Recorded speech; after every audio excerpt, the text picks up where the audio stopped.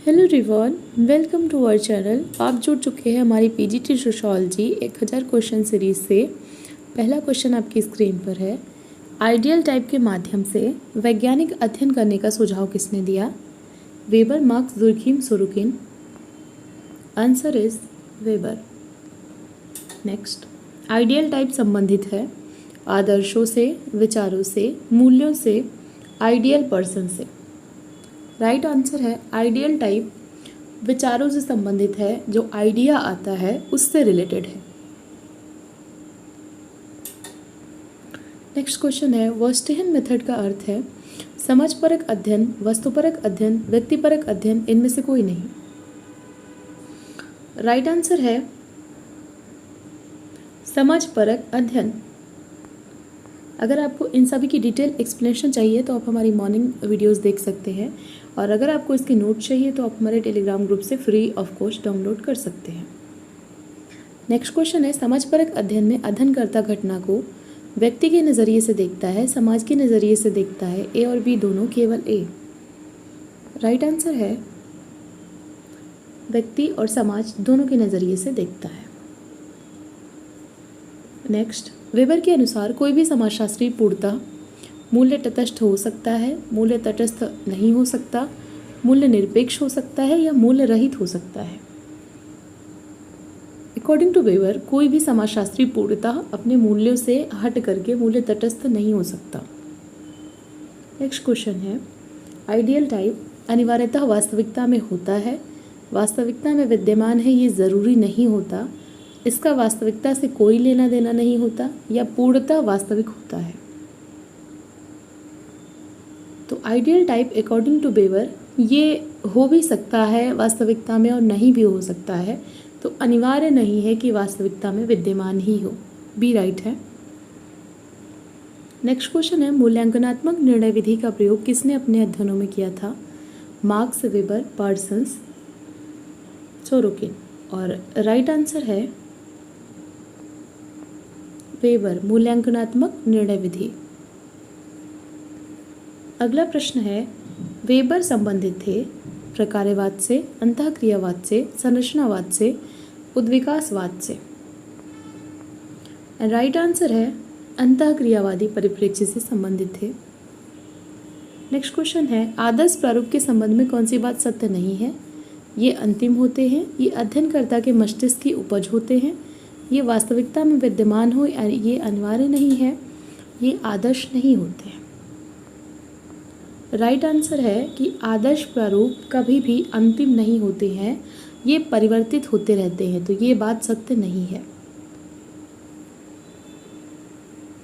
Next है, weber के अनुसार आइडियल टाइप और वर्स्टेहन मेथड होते हैं वैज्ञानिक अध्ययन में सहायक उपकरण, अध्ययन के अंतिम निष्कर्ष, अध्ययन की विषय वस्तु, अध्ययन की बाधा। राइट आंसर है वैज्ञानिक अध्ययन में सहायक उपकरण। नेक्स्ट क्वेश्चन है, शक्ति का कुल योग सिद्धांत किसने दिया था? Durkheim, marks, weber, Parsons. सही उत्तर है वेबर। अगला प्रश्न है, वेबर ने शक्ति के कितने प्रकार बताए हैं? 3, 4, 5, या फिर इनमें से कोई नहीं। राइट आंसर है शक्ति के इन्होंने 4 प्रकार बताए हैं। कौन कौन से बताए हैं? तो परंपरागत, तार्किक, चमत्कारिक और दमनात्मक शक्ति बताई है इन्होंने।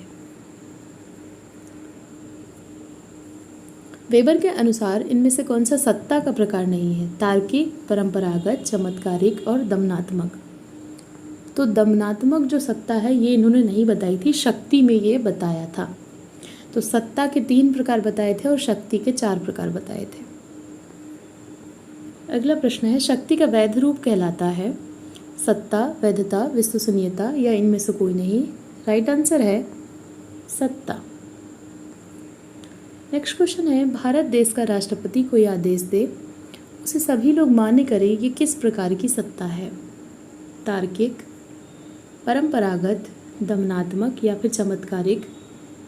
तो अगर कोई भी वैधानिक आदेश है तो उसको हम तार्किक सत्ता के तौर पर देखेंगे। अगला प्रश्न है, चमत्कारिक सत्ता के संबंध में असत्य कथन है। ऑप्शन है आपकी स्क्रीन पर, देख लीजिए।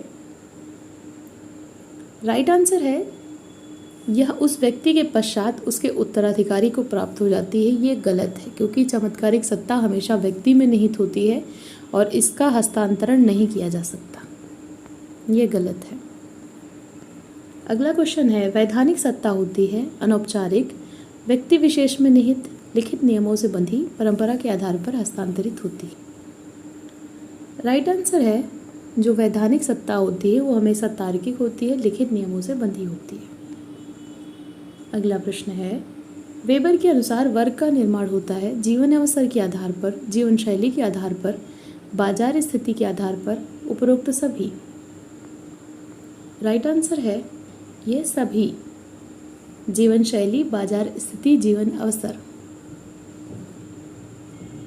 वेबर ने वर्ग निर्माण का कौन सा आधार नहीं बताया है? सामाजिक, आर्थिक, राजनीतिक, सांस्कृतिक। राइट आंसर है राजनीतिक आधार इन्होंने नहीं बताया है।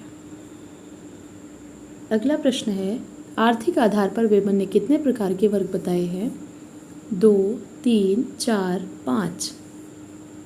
सही उत्तर है 4 वर्ग बताए हैं मैक्स वेबर ने।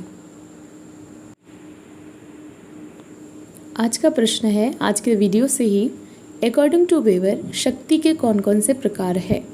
वो प्रकार आपको कमेंट सेक्शन में बताने हैं। अकॉर्डिंग टू वेबर ये भी बताइएगा किसके अकॉर्डिंग आप बता रहे हैं। तो आई होप आपको वीडियो अच्छी लगी होगी। ऐसे ही पढ़ते रहिए, अपने गोल की तरफ आगे बढ़ते रहिए। वीडियो देखने के लिए थैंक यू सो मच।